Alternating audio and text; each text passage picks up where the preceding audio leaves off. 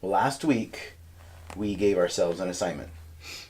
And the assignment was for us to think of a time when we felt a specific leading or calling for the family, for ourselves, for more than just today I'm going to do this task. It was an idea of this is something I believe we need to restrict or step into, and the other person didn't necessarily receive that at the same time. Not that they were in disagreement over it, but it was something that was specifically spoken to each of us. As I was thinking and the first thing I came up with was I just think that our communication has gotten so healthy that, like I said, I just don't really see us necessarily seeing it in the way of, well, he told you this, why didn't he tell me that? Which was kind of the point of the question, was what do you do in those times when your spouse says something? But my example is for a number of years, I really felt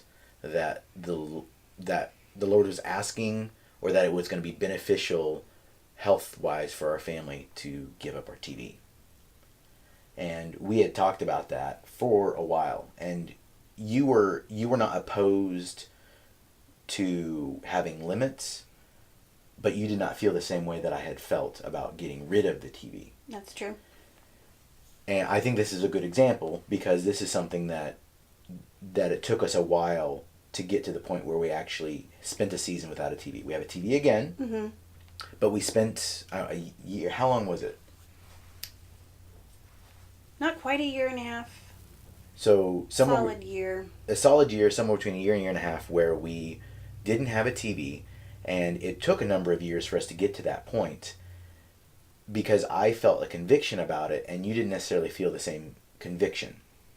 And I did not want to steamroll over you, because there are benefits when you stay home to having the opportunity to, if you want to have that availability of seeing news or weather or that window to the world. Not that you can't get out and drive around, but it can be a symbol of access to outside information.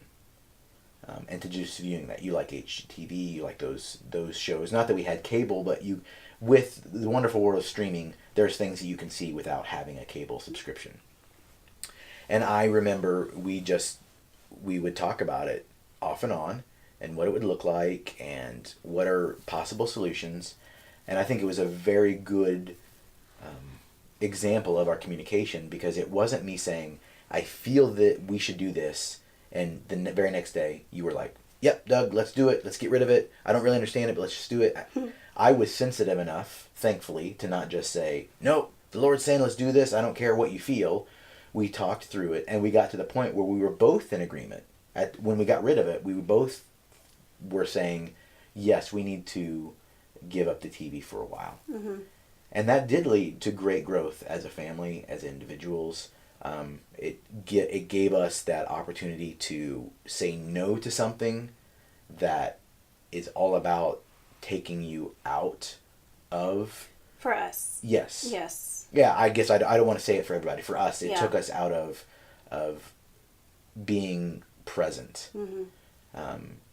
And there, by the same way, around that time, you had given up your smartphone for a while as well. And it was... Yeah. I had a friend who said, I'm not going to be surprised if I see you wearing a bonnet the next time I see you. Right. Because they're so radical, that those two things. But it was... But not radical. It sounds so silly. In today's age, it kind of sounds radical. Sure. But it was important for us, and I see the fruit of that. But again, it wasn't me steamrolling, because I did feel the Lord saying, this is something that would benefit your family. And we were able to talk it through until we were both on the same page, so that you would receive fruit from it as well, instead of just saying, oh, it's a great thing, but Doug made me do it, I didn't really care. And resenting me. We didn't have to go through that. And I think previously in our marriage, there were issues where I would push, and the communication wasn't well, and then it did become resentment. And all that did was breed just discontentment. It bred just a dislike for decisions and a mistrust in what I was going to say because Yeah. you didn't feel like it took your feelings into consideration at all. Mm-hmm. So my thought on a great way for husbands to lead when they feel led by the Spirit is that, yes, search the scriptures, make sure that what you're hearing is from the Spirit and not something that you're just making up, because he's always going to confirm something that's in his word. And then when you do that, you need to do it lovingly, and you need to do it as a team. You're not one person steamrolling your family into a decision. You are a unit, and you need to decide as husband and wife together in prayer and in conversation, this is what I'm feeling, what do you think? And no, it's okay if it doesn't happen that next day. Mm-hmm. It needed time to marinate for us both to benefit. And I don't feel that we were living in sin for a while when we had the TV and I felt that leading. We needed to come to that. And it was a great communication builder for us.